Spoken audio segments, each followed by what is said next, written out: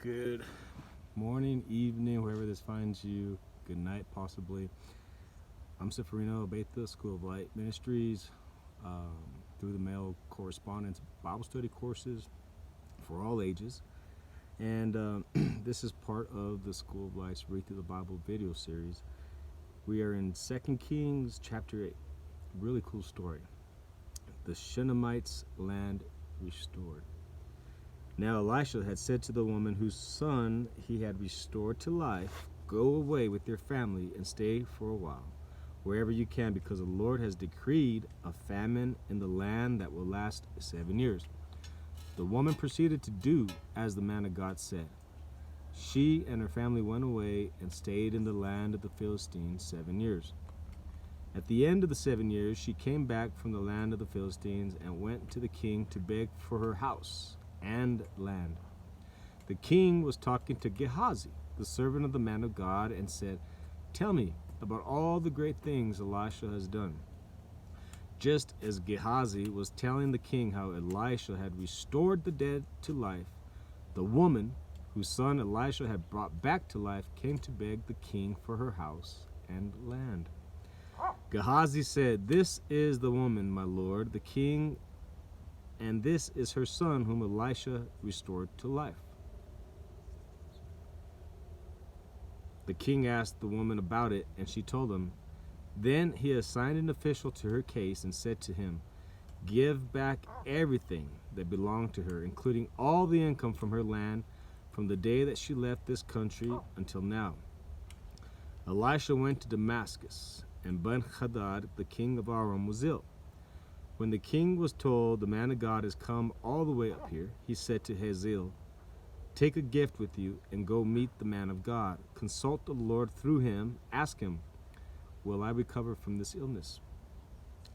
Hazael went to meet Elisha, taking with him as a gift 40 camel loads of all the finest wares of Damascus.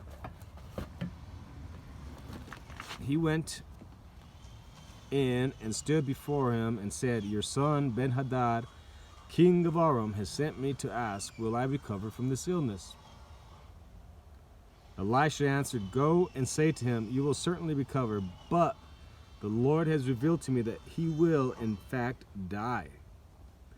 He stared at him with a fixed gaze until Hazael felt ashamed. Then the man of God began to weep. "Why is my Lord weeping?" asked Hazael. "Because I know the harm you will do to the Israelites," he answered. "You will set fire to the fortified places. You will kill the young men with the sword, dash their little children to the ground, and rip open pregnant women."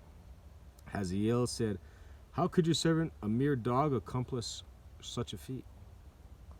"The Lord has shown me that you will become king of Aram," answered Elisha.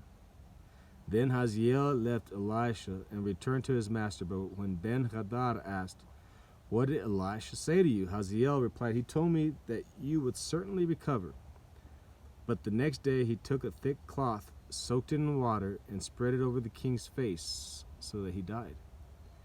Then Hazael succeeded him as king. In the 5th year of Joram, son of Ahab, king of Israel, when Jehoshaphat was king of Judah, Jehoram, son of Jehoshaphat, began his reign as king of Judah. He was 32 years old when he became the king, and he reigned in Jerusalem 8 years. He walked in the ways of the kings of Israel, as the house of Ahab had done, for he married a daughter of Ahab.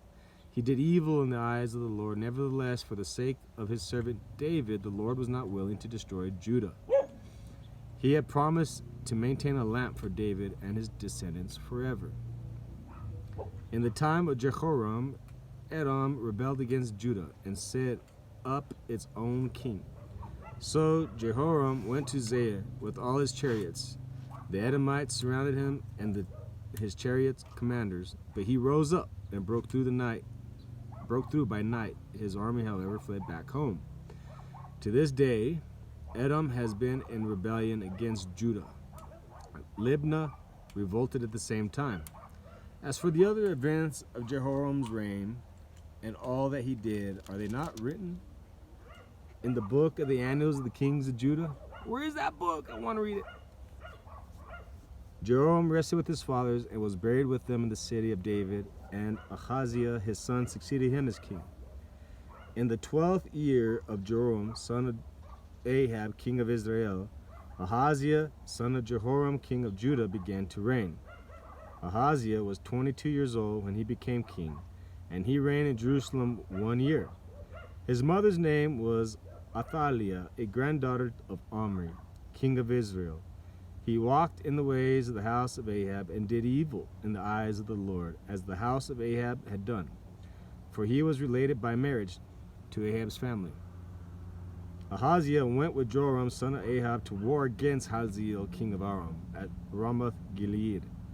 The Arameans wounded Joram, so King Joram returned to Jezreel to recover from the wounds the Arameans had inflicted on him at Ramoth in his battle with Hazael, king of Aram. Then Ahaziah, son of Jehoram, king of Judah, went down to Jezreel to see Joram, son of Ahab, because he had been wounded. Wow, one chapter.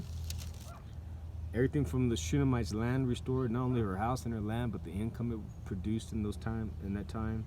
What a blessing. You know, I pray a blessing like that for all you females out there. A blessing of, what's the words? Sustenance. Blessing of provision. And God, I pray that you provide for my sisters out there, just like you did for this one back in Elisha's time, the Shunammite woman. And then Ben-Hadad, you know, this guy, he wonders if he's going to recover. He does, but Elisha says, you know, he starts crying, you know, you're going to become king, and finds out that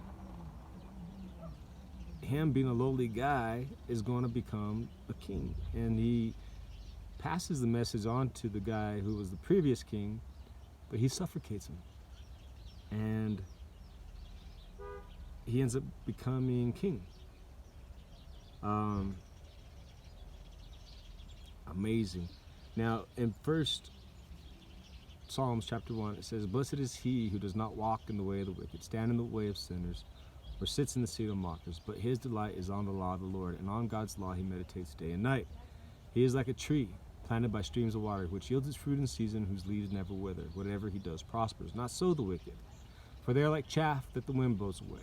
Therefore the wicked will not stand in the judgment, nor sinners in the assemblies of the righteous. For the Lord watches over the way of the righteous, but the way of the wicked will perish."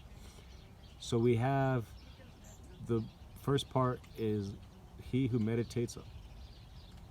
He meditates on my word day and night. Meditate on this and everything else that you can get your hands on that's comes from God's word. God bless.